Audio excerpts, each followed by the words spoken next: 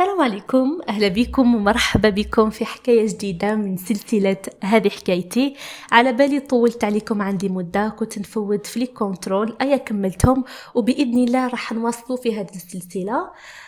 ككل مرة حكاية حقيقية من الواقع الجزائري. حكاية اليوم هي قصة حقيقية صارت سنة 2014 بولاية جيجل مع شاب اسمه أمين.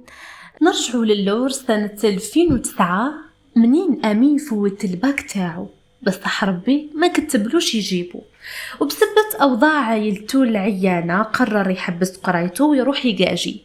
في 2010 راح أمين ولاية بسكرة باه يلتحق بالكتيبة المختصة في القوات الخاصة، مالقري بزاف نصحوه ما يروح لهاش بأنها مش بلاصتو، وبسبب أنه بنيته الجسدية ضعيفة ما يقدرش لتدريباتهم. قالوا له روح للدرك الوطني لا بوليس وهكذا. بصح أمين بإرادته وحبه للتحديات والمغامرات والقوات الخاصة انضم لها وحقق حلمه. راح دفع الملف تاعو في بسكرة ورجع لدارهم بغليزان وقال قبلوني، وبديت نتدرب ودرت صحاب وفاتوا العامين تاع ستاج، وانا مفتخر بنفسي لانه مش اي واحد يقدر يجوزها هذيك لا بيريود.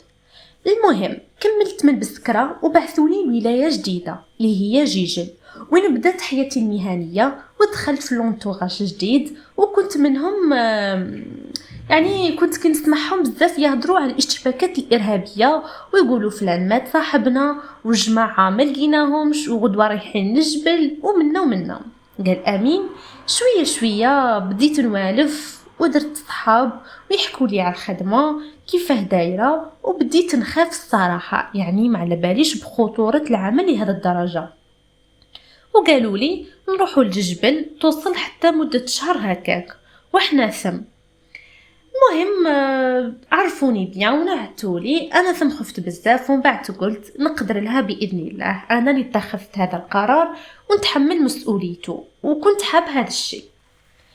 المهم رحنا للجبل ونطولوا ثم ونتلقوا بالارهاب وندخلوا في اشتباكات كبيره معاهم، كان اللي تبريسه وكان اللي يموت مرات، نطيحوا منهم زوز ثلاثه مرات لا يهربونا، خاصه انهم يعرفوا الجبل مليح خير منا، ومرات الإصابات تكون فينا حنايا، وهذه الخدمة الوطنية موت ولا حياة. المهم شوية شوية خرجت على الخدمة حتى عام 2014 طالعين الجبل نعملو تنشيط ونتعرفوا على البلاصة مليح، وحنا نمشو يخرجونا دوجان هاربين، كي شافونا هربوا رماو لي ساكودو تاعهم وراحوا يجروا. جماعتنا جراو وراهم وحكموهم، كانوا ميتين بالخوف مساكن، يعني الصراحة كانوا يبانوا أبرياء صغار غير يبكوا ويعيطوا، احنا خاطينا بعثونا برك.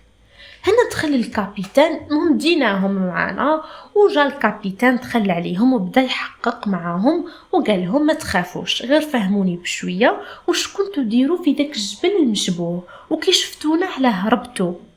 سكتوا بعدا هدر واحد وقال وهو يرجف وخايف ويبكي ويقول رانا مشينا في داك الجبل وهملنا ما عرفناش نرجعوا لديارنا. قال له الكابيتان ما كاش مشكل نرجعوكم، بصح فهمني برك كي شفتونا علاش رميتو لي ساكودو وهربتو. هبطوا راسهم في زوز وسكتوا. راح الكابيتان فتح هذوك لي ساكودو، والمصيبه الكبرى لقى بزاف صوالح خطيرين، من الفوق لقى ماكله ومن تحت لقى معدات الجراحه وادويه، ولقى 4 تليفونات وتليفون ديجيتال، مالغري كو التليفون ديجيتال كاين غير وين تلقاه في هذيك لا بيريود، ولقى 15 بوس. عرف الكابيتان وتاكد انهم راح يديروا حاجه لصالح هذوك الجماعات الارهابيه، وعرف يعني فهم وش راه كاين. طلب منهم الكابيتان يربطوهم حتى يكملوا المهمه وخدمتهم، ومن بعد الكابيتان راح اتصل بالقياده تاعهم اللي بالسكنه وخبرهم على اللجان اللي لقاوهم. هي القياده طلبت من الكابيتان انهم يزيدوا يحققوا مليح مع الدوجان هادو باش يجيبوا تفاصيل أكثر وش كانوا راح يديروا. الكابيتان كمل معهم التحقيق، لكن بقاو شادين في هدرتهم، ما بغاوش يستعرفوا. بدا الكابيتان يزير عليهم مليح ويبريسيهم، لكن والو، بدون نتيجة. ما بغاو يصرحوا بحتى حاجة. كي طاح الليل وخافوا بزاف مع لا بريسيون، بداو يستعرفوا بشويه شويه، حتى قالوا كاين واحد جارنا مدلنا هذا الصوالح، قالنا وصلوا الامانه للجماعه الفلانيه وروحوا لدياركم ونعطيكم مبلغ مالي كبير تقسموا في بيناتكم، وكلي ما صرا والو وحنا وافقنا، وهذا كل ما في الامر. قال لهم الكابيتان وانتوما اسكو تعرفوا هاد الجماعه اللي راح تتلاقوهم؟ قالوا له ما نعرفوهمش، احنا خبرنا على البلاصه وين العين الفلانيه النهار الفلاني. امين قال للكابيتان يهضروا صح، كاينه هذيك العين في ديك البلاصه. المهم راحوا اتصلوا بالقياده تاعهم وخبروهم بالاعترافات تاع هادو الزوز اللي حكموهم. قالوا لهم القياده يحاولوا يحققوا اكثر باش يعرفوا شحال من واحد راح يتلاقوا وشكون هم، ويعرفوا بلو ديتاي. المهم كي سقسوهم قالوا لهم خبرناكم باللي ما نعرفوهمش واول مره راح نتلاقوهم، وجارنا فلان هو اللي بعثنا واتصل باللي راح نتلاقوهم وقال لهم باللي راح نبعثوا لكم زوز لابسين كذا وكذا، يعني وصفنا ليهم مليح باش يعرفونا. راحوا عيطوا للقياده وخبروهم وقالوا لهم واش قالوا هذوك الدجان، لكن لقاو القياده عملت خطه وقالوا لهم بقاو حاجزينهم وبعثوا زوز من العسكر تاعكم يكونوا يشبهوا لهم في المظهر ويروحوا لذيك البلاصه ويكملوا المهمه، ويجيبوا لنا يدوا لهم صوالحهم ويجيبوا لنا معلومات عليهم. المهم هنايا يحكي امين على الكابيتان جاهم وقال لهم بواش امراتو القياده. قال لهم لازم زوز منكم يروحوا يتلاقوا دوك الجماعات على اساس انهم مدنيين بلا سلاح ولا اي وسيله دفاع، وطلب منا الكابيتان نحولهم حوايجهم ونعطوهم حوايج اخرين يلبسوهم. الكابيتان بدا يخير شكون يروح يقوم بالمهمه من المجموعه تاعنا، يكون يشبه لهم في الشكل والمظهر وكلش، ومام معني البشره. يقول امين وانا من سوء حظي واحد منهم يشبه لي، خيرني الكابيتان انا وواحد صاحبي ميلود كان من قالما. قال لنا الكابيتان انتوما اللي راح تقوموا بالمهمه وتروحوا. قلت له انا لا مستحيل نريسكي بعمري، كيفاش نقابل ناس مجرمين ما يخافوا من ربي ولا من عبادو ومسلحين وانا بلا والو، ثم راح تبعثوني للموت تقولوا هالي من الاخر روح موت. المهم عيا يقنع امين في الكابيتان، بصح امين يعني الكابيتان تاني قنعوا باللي يقوم بالمهمه وهذه راهي خدمه وطنيه، بصح امين والو. كي شاف ميلود كي شاف صاحبه امين رافض بشده، حتى هو رفض ثاني. قال له اذا حبينا نروحوا على الاقل اعطونا سلاح نديروه تحتنا ندافعوا على رواحنا، لو كان كش ما يصرى على الاقل عندنا وسيله دفاع. الكابيتان حس كلي صرالو عصيان الاوامر، راح اتصل بالقياده وقال لهم كاين زوج جنود عندي خالفوا الاوامر وما بغاوش يقوموا بالمهمه وطالبوا يدوا سلاح معاهم. هنايا القياده تقلقت بزاف ورفضوا وامروهم يروحوا بلا سلاح، واذا شدوا في كلامهم يدخلوهم للمحاكمه العسكريه بتهمه الخيانه العظمى. حسب واش يهضر امين قال لك هذا التهمه تخليك تدخل 15 عام حبس بلا ما تشوف حتى حد. خبرهم الكابيتان بواش امرته القياده وخافوا بزاف وبقاو يشوفوا في بعضهم يعني وسكتوا لمده دقائق. من بعدها قرروا يروحوا يواجهوا الواقع ويواجهوا مصيرهم. راحوا وجدوا رواحهم وداو هذوك اللي ساقودوا يوصلوهم. قال امين وحنايا حاكمين ديك الطريق، قلنا لو كان يحكمونا الارهاب ويفيقوا لنا رانا عسكر واش راح يديروا لنا؟ تفكرت العسكر يعني اللي حكموهم قبلنا ما قتلوهمش، عذبوهم عذاب شديد ومن بعد قتلوهم، يعني الموت ولا داك العذاب. كي كنت يحكي امين قال كي كنت رايح مع صاحبي ميلود نرمي في رجليا وما على باليش وين نمشي، يعني نمشي وصاي. مشينا قرابة ساعة هكاك حتى بدات تبان العين من البعيد ولقيناها فارغة. ايا وصلنا لها قعدنا ارتحنا ونستناو. قلت لصاحبي ميلود ما نروحوش نحوسوا عليهم ونغامروا بحياتنا، رانا نستناو هنايا وصاي. قال لي انت هو القائد واش درتي هذاك هو الصح. ولسوء الحظ بعد شويه خرجونا 4 من الرجال خفشان طوال رافدين السلاح في يديهم وكانوا غرثم، يعني مخبيين بين الشجر والحشيش ويعسوا فينا، يعني يتاكدوا اذا رانا هزين معنا سلاح ولا لا. المهم احنا جاب ربي ما بينا حتى عفس علينا.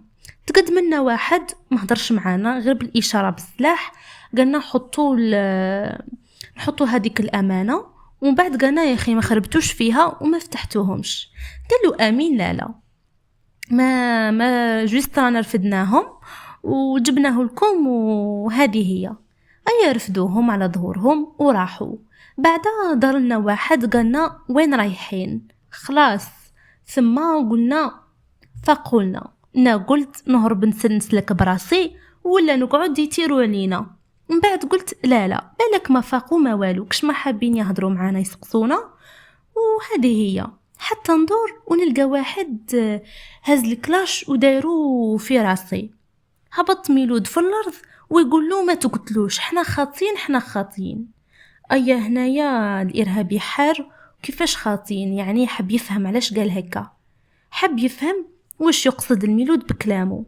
نحى سلاحه من عندي وراح عند ميلود وثم كانت فرصتي باش نهرب، وكنت عارف راح يديروا فينا لما يندارش حتى كان تيراو عليا راني شهيد في سبيل الله والوطن. وقلعت نجري وفجأة تجي رصاصة في رجلي وما نقدرش نوض. جاو يجريو عندي ويضربوا فيا بالسلاح في كل بلاصة، قتلوني بالضرب وراحوا لصاحبي ميلود ربطوه وانا نسيل بالدم، يعني غرقت في دمي. جاو ربطوا لي رجلي باش كش ما يحبس هذاك النزيف ومن بعد رفدوني وداونا للكازما تاعهم بعد ما مشينا 3 كيلومتر وسط الغابة. المهم يجينا جماعة يستناو فينا وفيهم في الدخلة. بعد جا الامير وسقسا اللي كانوا حاكمينا وقال لهم هذو واش بيهم واش داروا. قالوا له هذوم اللي جابونا الامانه اللي بعثها لنا فلان، بصح رانا شاكين باللي ماشي نفسهم اللي بعثهم. قالوا الامير علاه شكيت زعما واش داروا، ياك الصوالح اللي وصينا عليهم كامل راهم هنايا ماهمش ناقصين. قالوا الصح حاجه ما هي ناقصه. قالوا بصح اللي بعث لنا الامانه قالنا حنبعث لكم 2 جيراني لهجتهم، بصح هذو لهجتهم ماهمش تاع جيجل. هنايا امين وميلود خلاص تفضحت حكايتهم، وزيد قال للامير هذا على امين راهو يبان من الغرب كيما على بالنا امين راهو من غليزان، واش راح يجيبوه هنايا اذا ما كاش عسكري. الامير خاف، قالوا بالك 2 هذوك حكموهم العسكر وبدلوهم بهذه، يعني كشفوا الخطه. ايا يحكي امين قال فتشونا ونحولنا حوايجنا كامل وحرقوهم، ما لقاو عندنا والو، على اساس خافوا كش ما نوصلوا معلومات ويصدموا عليهم. وجابوا لنا حوايج اخرين بسناهم وعاملونا معامله طيبه خلاص. جابوا لنا ماكله بصح كانت قليله وما راحش تقنعنا، وخاصه انا كنت مبليسي. ايا ميلود صاحبي خلالي قسمته وقال لي كولها انت تحتاجها اكثر مني. اي انا هذا الجسد الصراحه جامي ننساه من ميلود. المهم بعد ما حكمولي هذاك الجرح عالجوه، جا الامير يستفسر شكون حنايا ومنين جينا.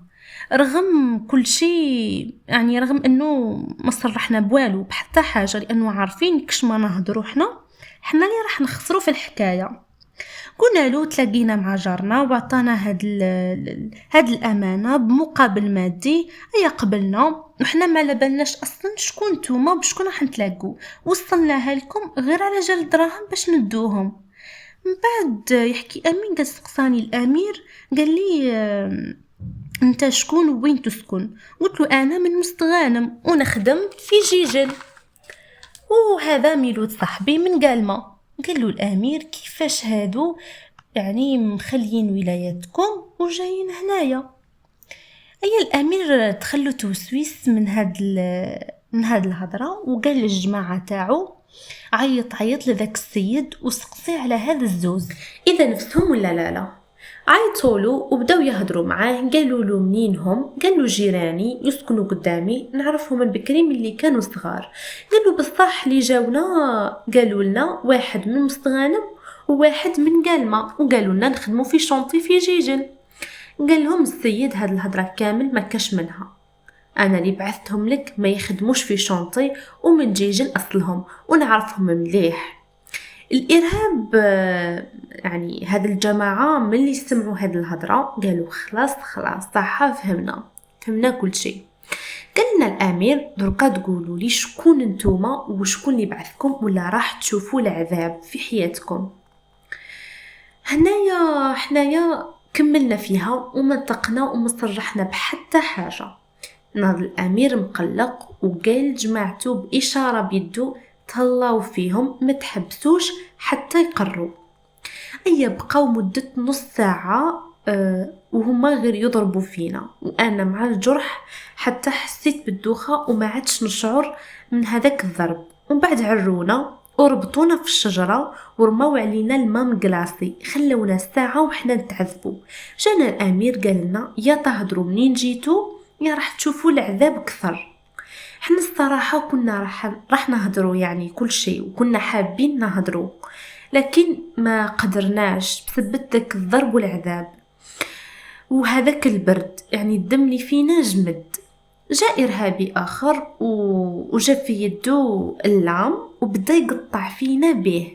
ما إيماجيني وما حسيناش بهذاك الوجع تاع الجرح، يعني من شدة البرد. أيام بعدها دار لنا الملح على ذاك الجرح. هنايا صاي شفنا الموت وقلنا هذه النهاية تاعنا. هذوك الجماعة عذبونا بأبشع الطرق اللي عندهم اللي ما تخطرش على بالكم. يقولكم أمين في داخله فقد الأمل، يقول الشي اللي صرا من بعد ما راح يتوقعوا حتى حد. خلونا مربوطين في الشجرة برا ويحسوا فينا بالمناوبة، مرة يحسنا واحد يروح يجي واحد آخر في بلاصتو حتى جوايه آذان الفجر هكاك. خرجوا الجماعات شوية يعني كانوا يخرجوا دي جروب ورا بعضهم من الكازما ويروحوا يجريوا ورافدين صوالحهم معاهم. ونسمع غير في الامير يقول لهم ازربوا راهم قالوا لي من الجيش باللي العسكر راه قريب يلحق وعرفوا بلاصتكم. مهم جاونا فكونا من هذاك الرباط وقرروا يدونا معاهم كرهائن، لكن انا كي شافني الامير مصاب من رجلي ما نقدرش نمشي وراح نعطلهم في الطريق. غلقوا لي فمي ورموني في واحد الغار ما يقدروش العسكر يلقوني. وداو صاحبي ميلود معاهم وراحوا يجروا حتى قبل ما تطلع الشمس. انا ثم بدات ترجع فيا الروح شويه وبقيت ندعي ونطلب في ربي يلقوني العسكر.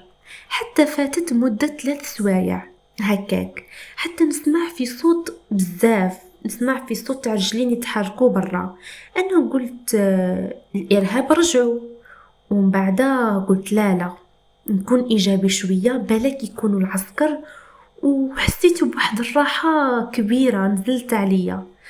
ومن بعدها خفت قلت بالك ما يلقونيش والبلاصه اللي راني فيها ما نبان لهمش، انه الكازما هذه ما تبانش. ما فهمتش حتى كيفاه بناوها وكيفاش رجعوها هكاك.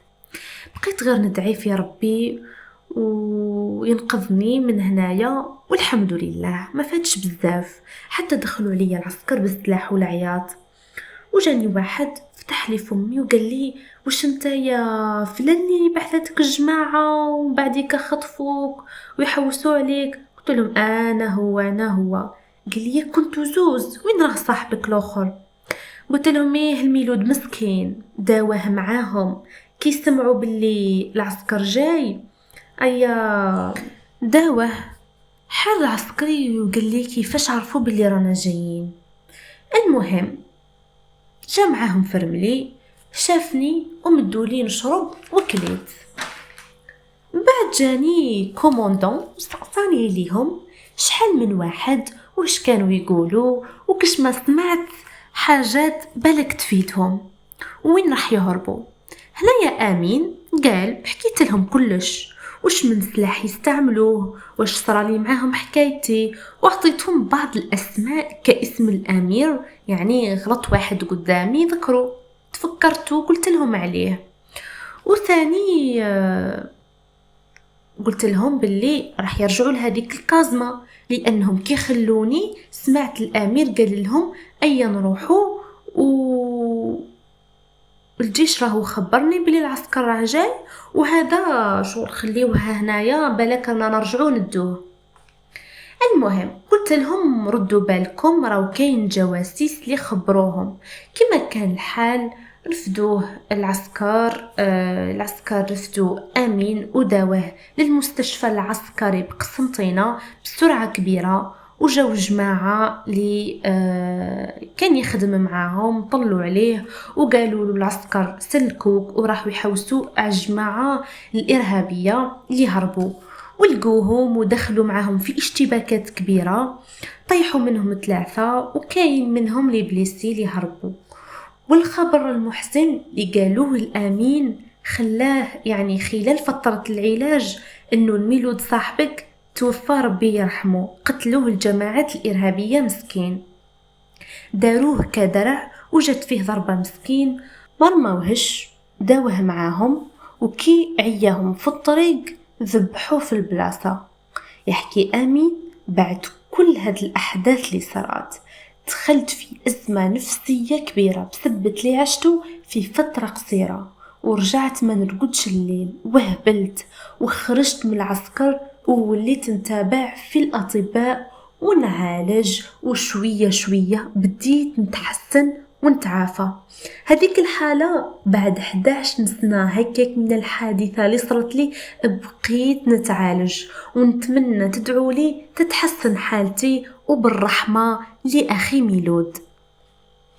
هذه الحكاية أعزائي المستمعين، إن شاء الله تكون يعني عجبتكم مادامكم وصلتوا لنهاية الفيديو. وككل مرة وفي كل حكاية حقيقية من الواقع الجزائري نسمعوها نذكروا وش راه صرا في هذيك الفترة وش راه في بلادنا، نقولوا الحمد لله الحمد لله على الأمن اللي رانا فيه والسلام اللي رانا فيه الآن. الله يشفي كل مصاب ومتضرر من الأحداث اللي عاشها، والله يرحم شهداء وضحايا الإرهاب إن شاء الله يا رب. نلتقي إن شاء الله في حكاية جديدة من سلسلة هذه حكايتي. ما تنسوش تشتركوا بالقناة حتى تقدروا تتوصلوا بالحكايات الجديدة، وتدخلوا لي تعليقاتكم وإعجاباتكم حتى نتشجع ونعمل لكم حكايات أكثر وأكثر، ونواصل في إنتاج هذه السلسلة. ومع السلامة إلى الملتقى إن شاء الله.